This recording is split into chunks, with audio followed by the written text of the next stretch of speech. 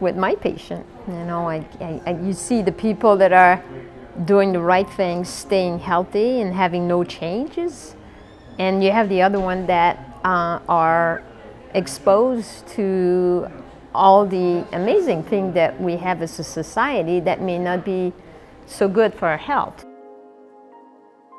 We had sporadic efforts of wellness programs and partnerships with the health department and the home health agency and Northwestern Counseling around education and events for the community. We had a program year 2000 called Fit for the Millennium. That was the whole concept, was fitness as a community. And so it's gone back quite a way.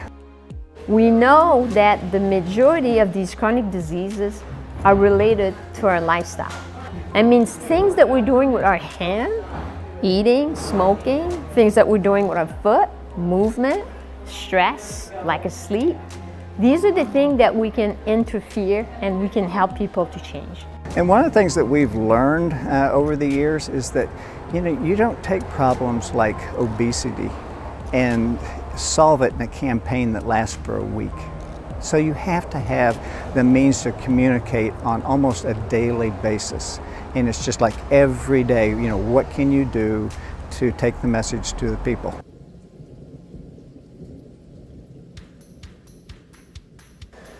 It was my great fortune to meet Judy Ashley, to have a conversation about the data that she was seeing at the Department of Health and how we could actually help the people of this community to live a healthier lifestyle. It wasn't something that you could do with just a couple of partners. That it's something that was going to have to be successful, get down to a real granular level and have a lot of community members involved. Rise Vermont really came from 2 years of those meetings where we were coming together to talk about the health of our community and the resources that were available to them. We really knew that things were changing and that we did have an audience that was receptive to the message. How do we make this real? How does it come out of a community committee and really become a vibrant offering in the community? It just seemed like these conversations were happening independently, but yet there was this same passion and feeling about we can do something here in this community. This community is ready to be part of something greater.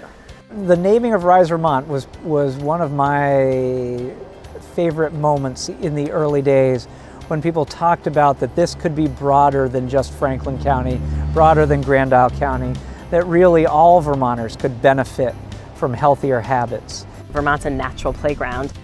The problem that we have here is not everybody knows how to access things. Rise Vermont, to me, is really about engagement, engaging individuals and then engaging the community. Because it's really difficult to keep the involvement at a high level all the time, but it doesn't work any other way. And not putting so much the emphasis on stigmatizing the people that are unhealthy. And by telling them that we can help them, it changed the discussion and suddenly you see the interest. We created a show-up event and said free skate. We had 85 people show up, and the rink organizers said most of the families they had never met before. I had like 5 employees that were getting really close to retirement, and one of the things I wanted to make sure happened was that they could be healthy in their retirement years, enjoy that time. All kids now have access to really great food, and it is so cool to see kids walking to school even when it's not a walk to school day. This is either a movement that is kid driven and they infect their families with it, or that we grab the adults and they teach their children. And I think it happens both ways. Our Active Play campaign is really about engaging individuals in thinking differently about how they might move in our community. We saw many of the stores, businesses downtown put up signs to indicate that they were friendly and supportive of breastfeeding mothers. We've got an employee's garden now that we have right at the complex. We've got 2 pages every week that the hospital uses to talk about Rise Vermont and embracing healthy lifestyles. One thing that people grapple with is time.